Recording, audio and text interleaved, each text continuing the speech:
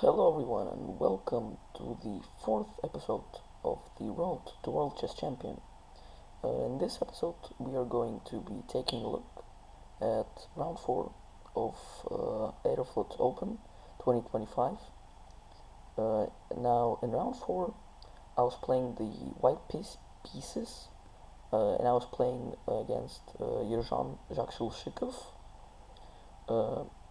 And his rating is 2295. My rating at that time was 2376. Obviously, I have a higher rating, and I'm playing the white pieces. So obviously, I want to win. Yeah, let's take a look at the game. I go e4, e5, knight f3, knight c6, bishop e5, the rule opus, a6, bishop a4, knight f6, castle, knight e4, d4, b5, bishop b3, goes d5.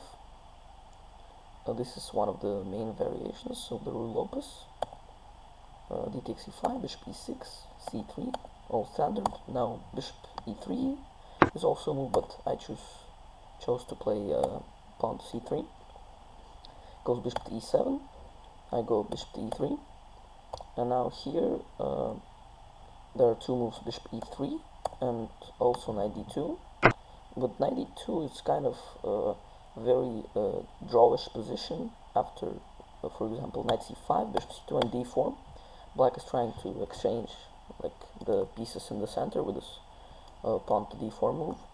So it's very drawish, but as I said earlier, I really wanted to win this game.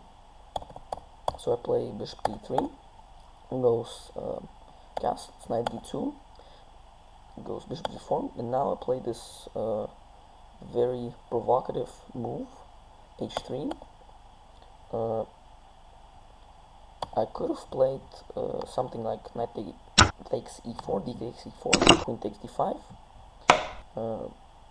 queen takes d5, bishop takes d5, takes, f takes g2, king takes g2. But again, this position is kind of very drawish, which I didn't really want to. So I went h3, very provocative move.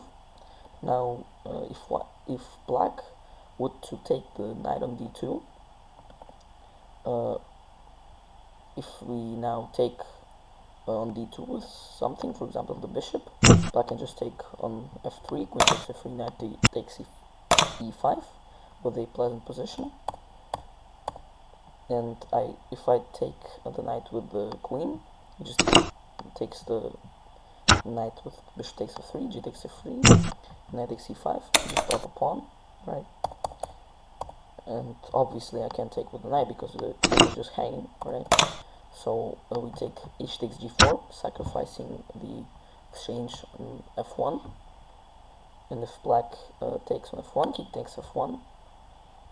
Kind of very strange play, but it works. Knight a5, bishop d5, c6, bishop e4, queen takes d1. This kind of variation could be possible in the game. Rook takes d1, and like pre-unbalanced position, we have the two bishops. Black has the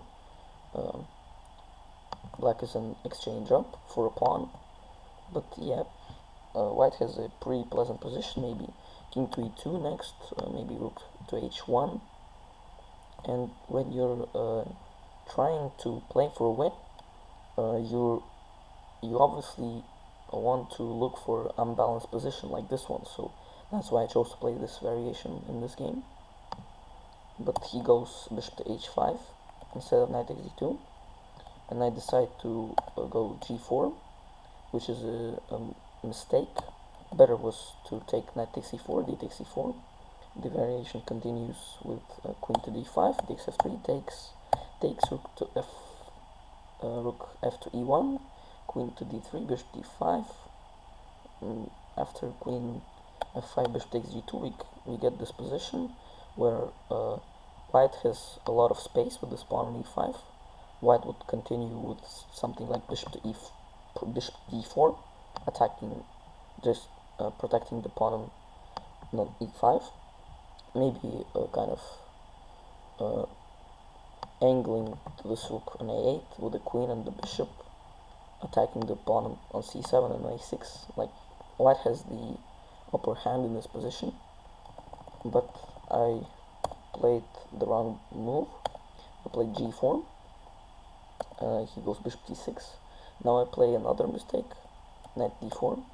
So basically in chess, sometimes when you make a mistake, a series of mistakes continues after that, because like you're for example, I went g4 and I understood that it was a mistake. Then I'm like in tilt, I'm thinking, oh, I played this bad move, g4, why did I play it?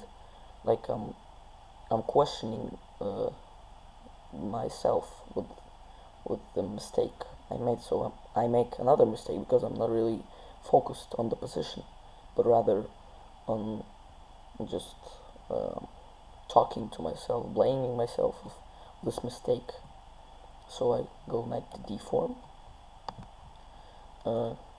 Better was rook to e1, and after knight c5, bishop c2. But yeah, okay. I went knight d4. He takes on e5. I go f4. This was my kind of plan, to attack the knight and maybe threat f5. He goes c5. F takes e5. He takes d4. Bishop takes d4. Knight c5. And bishop c2. And now this position is not really that good, because he can just take on c2, queen takes c2, and my bishop on d4 is just kind of stuck in between these pawns on c3 and e5. But his bishop is kind of alive, if you will to say, and my king is also exposed. Like, he has this beautiful outpost for the knight on e6. My pawn on e5 is very weak. So yeah, this is already a pretty bad start for white. Knight e6, knight b3, over protecting the bishop. Rook c8, queen f2, and goes b4. I go bishop to b6, queen d7. I take on b4, bishop takes b4. Now I make another misplay with knight to d4. Better was rook to d1, maybe kind of try to pressure the pawn on d5, maybe queen f3, or rook d3, rook d1, doubling the rooks on the d file. But I went knight d4, goes rook to b8. Now I go knight takes e6, f takes e6, queen e3, queen b5.